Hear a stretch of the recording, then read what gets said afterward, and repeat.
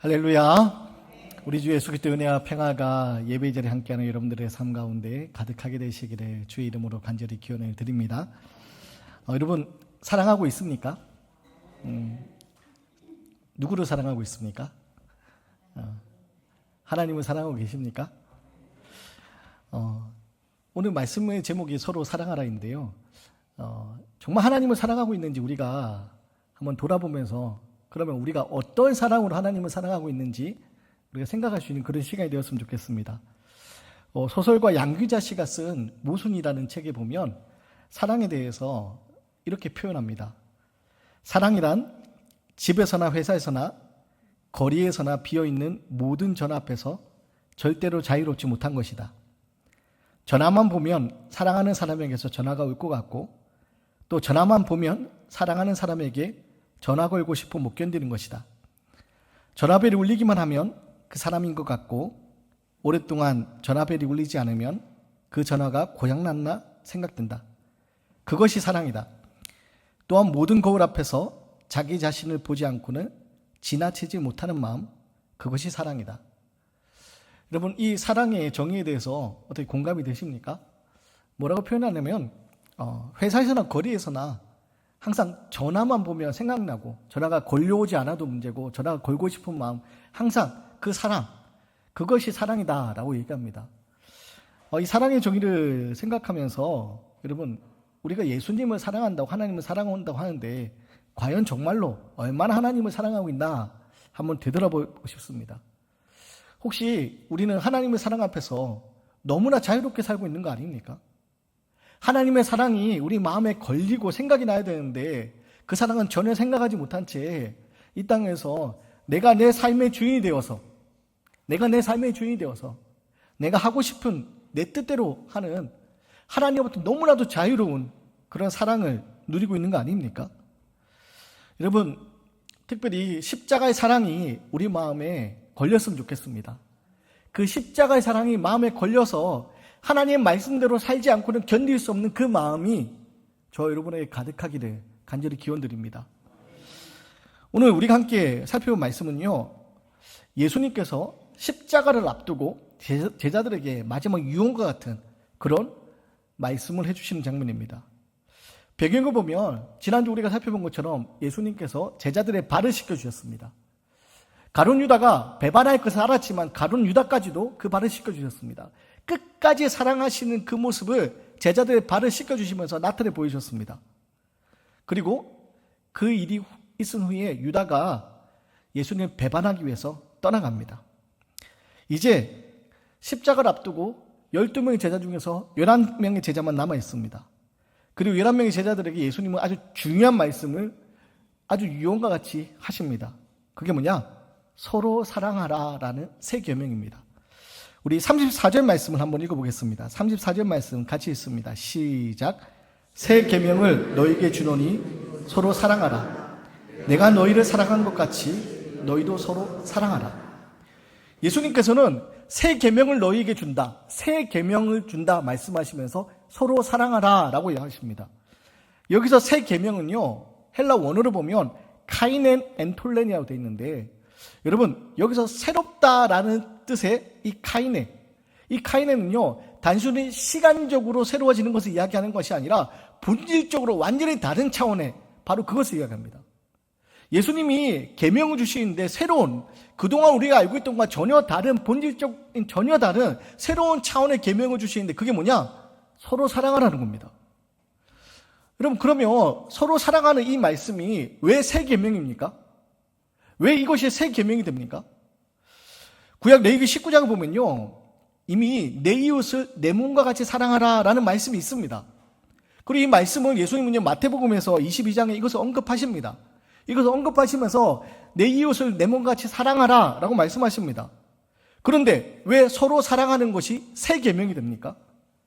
여기서 말하는 새롭다라는 것은 기존에 있던 계명과는 완전히 다른 차원의 새로운 더 높은 차원의 계명을 이야기하는데 왜 구약에 있던 이웃을 내 몸과 같이 사랑하는 말씀보다 새로운 차원의 말씀이 됩니까? 여러분, 여기는요, 이 기준이 다르기 때문입니다. 먼저 이 계명이 서로 사랑하라는 이 말씀이 여러분 새 계명이 되는 이유는요, 첫째로 사랑의 기준이 새로워지기 때문입니다. 구약의 계명은요, 내 자신같이 이웃을 사랑하는데 내 자신같이 이웃 사랑하는데 내 자신같이 사랑하라 라는 말씀이었습니다. 근데 예수님은요, 그것을 뛰어넘는 사랑의 기준을 얘기하십니다. 물론 이웃을 내 몸과 같이 내 자신을 사랑하는 것 역시 쉽지 않습니다. 이건 역시 아주 어려운 사랑입니다. 그런데 오늘 예수님은요, 그것을 뛰어넘는 더 높은 차원의 사랑에 대해서 이야기합니다. 그게 오늘 서로 사랑하라는 새 계명입니다.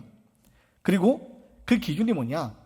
내 몸과 같이 사랑하는 것이 아니라 오늘 서로 사랑하는데 어떻게 사랑하느냐? 내가 너희를 사랑한 것 같이, 예수님이 우리를 사랑한 것 같이, 예수님이 우리를 서로 사랑한 것 같이 서로 사랑하라는 겁니다. 여러분, 내 몸을 아끼고 내 몸을 사랑하는 거 쉽지 않습니다. 그런데 이 사랑은요, 믿지 않는 세상 사람들도 합니다. 믿지 않는 세상 사람들도요, 내 몸을 아낄 줄 알기에 내 자신 아끼는 것처럼 다른 사람을 사랑할 수 있습니다. 근데 오늘 예수님은요, 더 높은 차원의, 전혀 다른 새로운 차원의 사랑을 이야기하시는데, 그 사랑이 뭐냐? 내가 너희를 사랑한 것 같이, 예수님이 우리를 사랑한 것 같이 우리가 서로 사랑하라는 겁니다. 그러면 여러분, 예수님이 우리를 사랑한 것 같이 예수님이 우리를 어떻게 사랑하셨습니까? 예수님이 우리를 어떻게 사랑하셨습니까?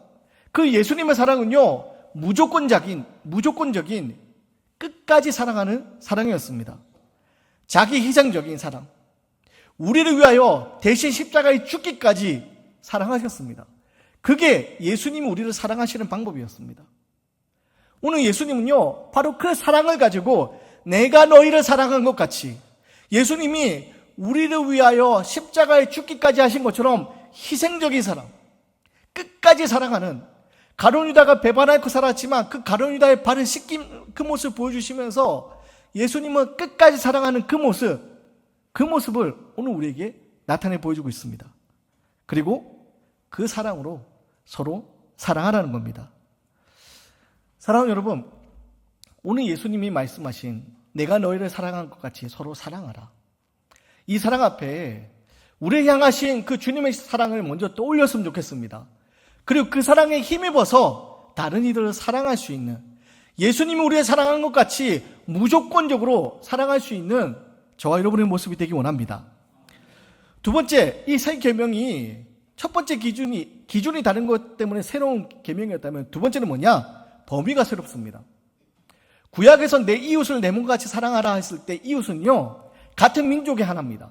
같은 신앙 공동체 하나입니다. 그런데 예수님이 말씀하신 이 사랑의 범위는요, 오늘 새 계명의 사랑의 범위는요, 단순히 우리 가족, 우리 교인, 또 우리 함께 믿는 그리스도인들 이야기하는 게 아닙니다. 여기서 말하는 이웃의 개념은요, 그것을 뛰어넘는 개념입니다. 범위가 훨씬 더 넓어지는 개념입니다. 예수님께서는 선한 사마리아인의 비유를 통하여서 이미 유대인들이 가지고 있던 구약의 개념, 이웃의 개념을 새롭게 정의하셨습니다. 유대인들에게 있어서 구약에서의 개념은, 이웃은요, 같은 민족, 같은 신앙 공동체, 그것이 이웃의 개념이었습니다. 그래서 이방인들은 이웃이 아니었습니다. 근데 예수님은 선한 사마리아의 비유에서 무엇을 얘기하십니까?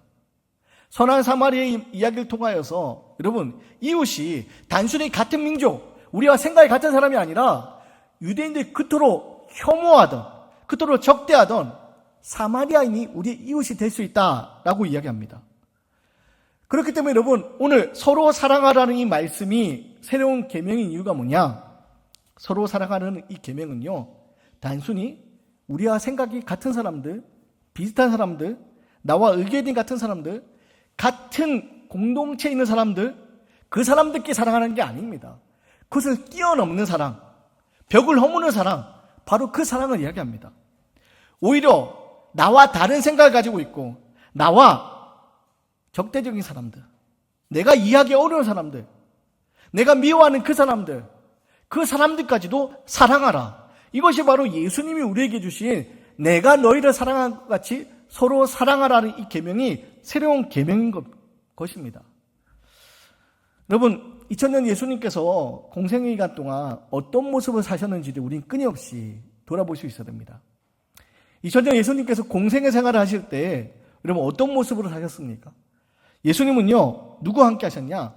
당시 사회에서 혐오받던 사람들, 당시 사회에서 손가락질 당하던 사람들, 사람 대접받지 못하고 혐오받고 손가락질 당하던 사람들, 그 사람들을 찾아가셔서 그 사람들의 친구가 되어주셨습니다. 대표적인 사람들이 누굽니까? 세리들, 창녀들, 나병 환자들, 여러분 가늠하다 잡힌 여인들, 이것처럼 세상 사람들한테, 당시 사람들에게 사람 대접 못지 못하고 혐오받던 사람들, 그 사람들과 예수님은 함께 하셨습니다. 오늘로 치면요, 우리가 생각할 때 가장 우리가 함께 하기 싫은 사람들, 우리가 같이 밥 먹기도 싫고 같이 말 섞기도 싫은 사람들, 바로 그 사람들을 예수님은 찾아가셨어요. 그 사람들과 친구가 되어주셨고 그 사람들과 함께 식사하셨습니다. 그래서 예수님은요, 종교 지도자들로부터, 당시 종교 지도자들로부터 비난을 받습니다. 뭐라고 비난받습니까? 예수님을 향해서 종교 지도자들이 뭐라고 비난하냐? 세리와 죄인들의 친구, 세리와 죄인들의 친구다라고 얘기합니다. 여러분, 당시 유대인들의 사고관념에서는요, 죄인들과 함께하면 안 됩니다. 죄인들과 함께하면 자신도 죄인과 함께 죄인이 되어버리기 때문에 하나님의 구원의 역사에 참여할 수 없습니다. 그래서 죄인들과 함께하지 못하고 죄인들은 멀리해야 됩니다. 정결법에 따라서 죄를 멀리해야만 했습니다. 그런데 여러분, 예수님은 어떻게 하셨습니까? 그 죄인들을 찾아가셨습니다. 죄인들과 함께 하셨습니다. 아무도 가까이 하려 하지 않을 때 예수님은 그들을 찾아가셔서 그들과 함께 하셨습니다. 그것이 보여주신 예수님이 우리를 사랑하시는 사랑의 모습이었습니다. 그리고 그 사랑으로 서로 사랑하라는 겁니다. 단순히 우리끼리만, 우리 가족만, 우리 교인들끼리만 사랑하는 것이 아니라 우리들이 생각할 때 함께하기 싫은 사람들, 사람들의 혐오 속에서 버려진 사람들, 그들을 사랑하라는 겁니다. 그게 바로 새 계명입니다. 특별히 오늘 말씀 앞에 우리의 모습을 돌아보기 원합니다. 오늘날 이 한국 사회를 돌아보면요, 그 어느 때보다도 혐오가 만연한 시대가 되어버렸습니다. 제가 어렸을 적만 하더라도 이 정도는 아니었던 것 같은데, 혹은 제가 어려서 잘 몰랐을지 모르겠지만 너무나도 혐오가 만연한 시대가 되어버렸고, 이것이 전 세계적으로 너무나도 혐오가 만연해져서 분열이 극도로 치닫고 있습니다. 그리고 어떤 혐오가 있습니까? 지역 혐오가 있습니다. 특정 지역 출신이라는 이유만으로 사람들을 차별하고 판단합니다. 세대 혐오도 있습니다. 노년층, 꼰대, 젊은 세대, 영포티라는 말로 서로를, 나와 다른 세대를 비난하기 급급합니다. 성별 혐오도 있습니다. 남자가 여자를 증오합니다. 여자가 남자를 증오합니다. 서로의 성이 다르다는 이유로 혐오의 언어를 내뱉습니다. 이주민 혐오가 있습니다. 우리가 다른 나라에서 살던 사람들, 우리 이 땅에 살 때 우리의 이웃이 돼야 되는데 우리는요, 그들을 차별합니다. 그들을 혐오합니다. 피부색이 다르고 언어가 다르다고 우리는요, 그들을 무시하고 혐오합니다. 경제적 약자에 대한 혐오도 있습니다. 자기 책임론이라는 이름으로 가난한 사람들을 우리는 비난합니다. 열심히 하지 않아서 그렇다고, 애쓰지 않아서 그렇다고 우리는 차별하고 혐오합니다. 장애 혐오가 있죠. 불편하다는 이유로 그들이 얼마나 힘겹게 지내는지 우리는 관심 없고, 우리가 불편하다는 이유로 그들을 자꾸만 우리 주류 사회에서 바깥쪽으로 내뭅니다. 심지어 특정 질병을 앓는 사람들, 특정 직업을 가진 사람들, 여러분, 인터넷에는요, 서로에 대한 혐오의 언어들이 너무나도 가득합니다.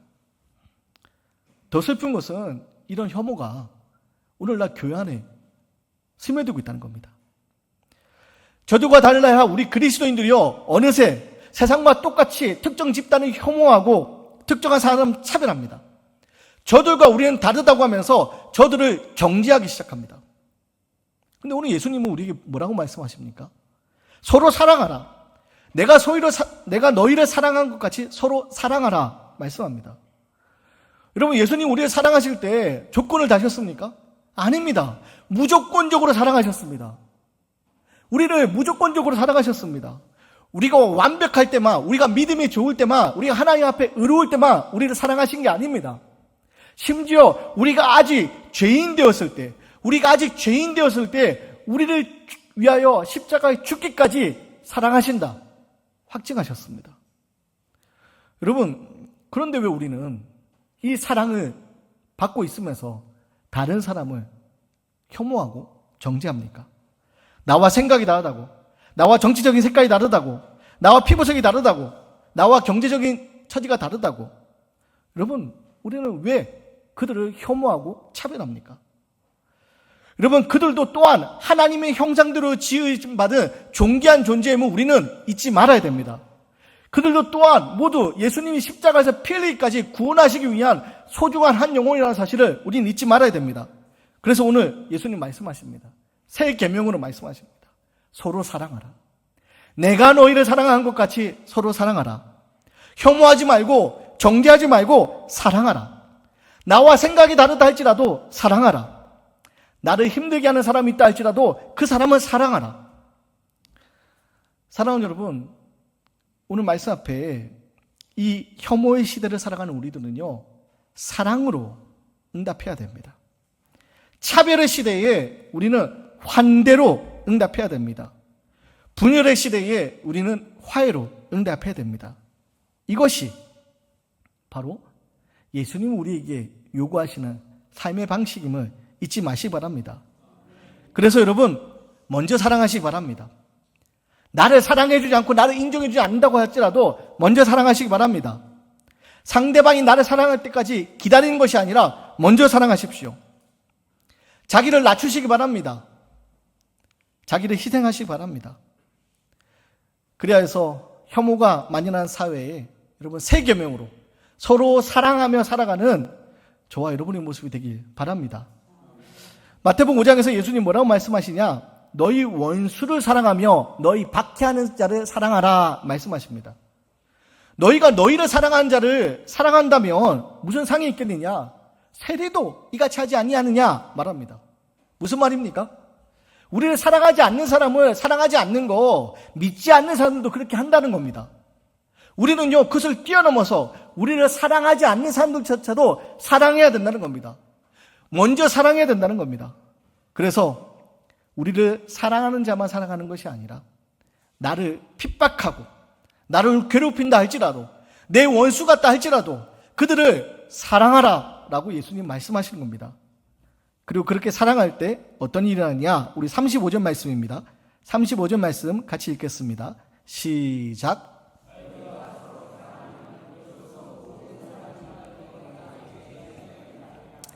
너희가 서로 사랑하면 이로써 모든 사람이 너희가 내 제자인 줄 알리라. 여러분, 우리 그리스도인들이 세상 가운데 그리스도인으로서 정체성이 드러나는 장면이 어디입니까? 바로 사랑하며 살 때입니다. 사랑하며 살 때 우리가 그리스도인이 그리스도인이 되는 겁니다. 여러분, 고린도전서 13장에 뭐라고 얘기하냐? 내가 사람의 방언과 천사의 말을 할지라도 사랑이 없으면 소리나는 구리와 울리는 꽹가리가 된다라고 얘기합니다. 여러분, 우리는 이 사랑하는 삶을 살아가는 그리스도인인데 우리 간혹 오해합니다. 우리가 그리스도인의 정체성이 드러나는 장면은 사랑할 때인데, 예수님이 우리를 사랑한 것 같이 우리도 서로 사랑할 때 우리가 그리스도인이 되는 건데, 우리는 착각합니다. 내가 어떤 성경 지식이 많아지고 교회 열심히 봉사할 때 내가 그리스도인으로서 됐다고 착각합니다. 아닙니다. 여러분, 성경 지식이 아무리 많고 여러분 아무리 교회 열심히 봉사한다 할지라도 사랑이 없으면요, 우린 그리스도인이 될 수 없습니다. 세상 가운데 우리가 그리스도 살아가는 방법은요, 오직 사랑하며 살 때입니다. 주님이 우리를 사랑하신 것 같이 우리가 먼저 사랑할 때, 그때 우리가 그리스도인이 되는 겁니다. 미국의 건축 설계 회사인 티마스의 하형록 회장님에 관한 이야기를 잠시 전해드리고자 합니다. 이분이 젊은 시절요, 잘 나가는 회사를 다니면서 눈에 넣어도 아프지 않은 두 딸과 아내와 아주 행복한 그런 삶을 살면서 핑크빛 미래를 생각하고 있었습니다. 근데 어느 날 뉴욕으로 향하는 고속도로에서 갑자기 쓰러집니다. 32살의 나이였습니다. 급하게 병원을 옮겨졌는데 의사가 한다는 말이 심장 이식을 하지 않으면 살 수 없다는 진단을 받습니다. 심실빈맥이라고 심장이 갑자기 빨리 뛰어서 그렇게 갑작스레 죽을 수 있는 그런 병이었습니다.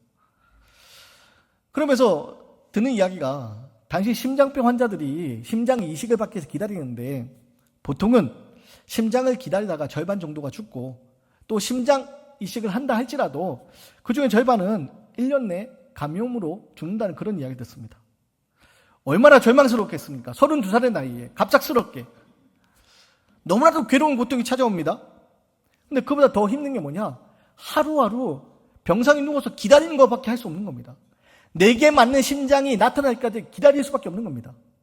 그렇게 너무나도 괴로운 시간을 보내면서 5개월이라는 시간이 지났는데 간절하게 기도하며 지나갑니다. 하나님, 저 살고 싶습니다. 저 너무나 살고 싶습니다. 내게 딱 맞는 심장이 나타나게 해주십시오. 그렇게 5개월이 지났는데요. 기적처럼 딱 맞는 심장이 나타나서 의사가 찾아옵니다. 여러분, 얼마나 기뻤을까요? 자기에게 맞는 심장이 딱 나타나서 이제 심장 이식을 받고 살 수 있는 희망이 생긴 겁니다. 얼마나 기뻤을까요? 그런데요, 그분이 그 심장 이식을 받을 수 있는 그 심장을요, 다른 사람이 양보합니다. 왜 그랬을까요? 여러분, 영상을 통해서 함께 살펴보는 후에 말씀을 함께 나누도록 하겠습니다. 22년 전에 진짜 저한테 좋은 심장이 나타났어요. 오늘 저녁 때 심장 이식 수술을 할 테니 빨리 이제 준비하래요. 고맙습니다. 그랬습니다. 그러더니 선생님이 나를 쳐다보면서 이 말을 할까 말까 하더니 저 옆방에 어느 젊은 여자가 헬리콥터 타고 3일 전에 실려왔는 거 들었네. 내가 들었습니다. 그랬어요. 근데 그 사람을 우리가 점검을 해보니까 그 사람은 심장 이식 수술을 이틀 안으로 안 받으면 바로 죽는데요. 의사 선생님 또 나를 쳐다보면서 이 말을 할까 말까 하더니 저한테 또 해요. 저 젊은 여자가 필요한 심장이 오늘 당신한테 오는 심장하고 똑같다는 것입니다. 이야, 감당하기 힘듭니다. 모른 척 할 수도 있었는데 그 전에 하나님의 계명, 사랑의 계명을 지키려고 약속하고 이웃을 너 몸과 같이 사랑하는 그 마음으로 비즈니스 시작한다고 약속까지 했는데 이런 일이 터집니다. 그리고 반응을 해야 될 것 같아요. 그래서 무조건 선생님 불렀더니 다시 왔어요. 왜 그러냐 그랬더니 저 이제 확실히 이틀이면 죽습니까? 그랬더니 나보고 죽는데요. 그럼 나는 며칠 더 살 수 있습니까? 그랬더니 자기네들 생각에는 7일 더 살 수 있답니다. 그리고는 한 달까지 끌 수 있을지도 모른대요. 거기에 하나의 희망을 두고 그러면 내 심장 오늘 받을 저 의자 주라 그랬어요. 그 심장이 그 여자한테 가고 여자는 살았어요. 그리고 저는 7일 후에 저 의자처럼 쓰러져 버렸어요. 그것이 질질 끌다가 한 3주 되니까 심장이 나타났는데 그건 안 좋은 심장이었어요. 그 심장을 저 가슴에 집어넣고 수술을 하게 되었습니다. 그래서 6년 후에 심장 이식 수술을 한 번 더 했습니다. 두 번째 심장 수술을 했을 때 우리 의사 선생님이 이런 이야기가 했어요. 법으로 심장 이식 수술을 2번밖에 못 한답니다. 저는 그것을 그렇게 알고 10년 동안 살았습니다. 1년 전에 딸들이 하이킹 가세요. 가는데 숨이 막히기 시작하는 거예요. 그래서 놀래가지고 의사 선생님 전화했더니 빨리 오래요. 점검을 하더니 도리가 없대요. 이제 죽는 거래요. 내 갈 때가 왔구나. 의사 선생님이 remember, 기억해. 그 이야기를 나보고 기억하느냐. 이어서 하시는 말씀이 당신이 그 어려울 때 그 좋은 심장이 나타나는데 이웃한테 기증한 거 기록에 남아있다. 그리고 안 좋은 심장 받은 것도 기록에 남아있기 때문에 한 번 더 할 수 있답니다. 그때 제가 무엇을 느꼈습니까? 희생은 승리의 지름길이다. 내가 그 여자한테 그 심장을 준 것이 하나님께서 보시기에 저는 좋았다고 봅니다. 그 예수님께서의 그 희생이 없었더라면, 그 이웃을 자기 몸처럼 사랑하지 않았더라면 우리 이 자리에 앉아 있을 필요도 없는 것입니다. 그의 희생이 그의 승리이고 우리의 승리였습니다. 한 희생이 하나님 보시기에 좋았기 때문에 여러분들한테 우리한테 계속해서 축복해 주시라 믿습니다. 이분이 쓴 책 가운데 페이버라는 책이 있습니다. 우리말로 호의를 뜻하는 제목인데요. 이분이 간증하면서 뭐라고 고백하느냐. 하나님이 은혜를 베풀어 주셨다고. 하나님이 자기를 사랑하셔서 은혜를 베풀어 주셨다고.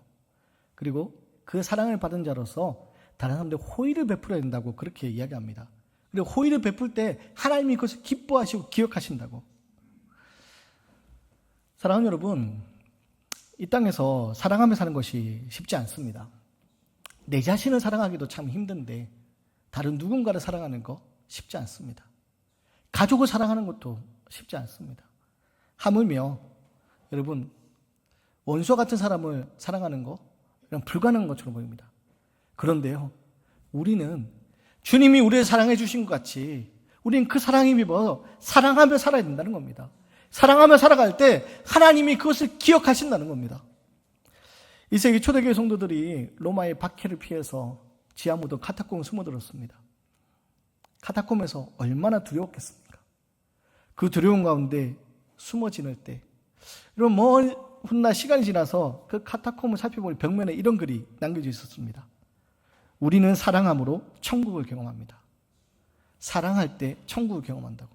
그 두려움 속에서 사랑했더니 천국을 경험한다고. 그 지하 무덤에서 천국을 경험했다고.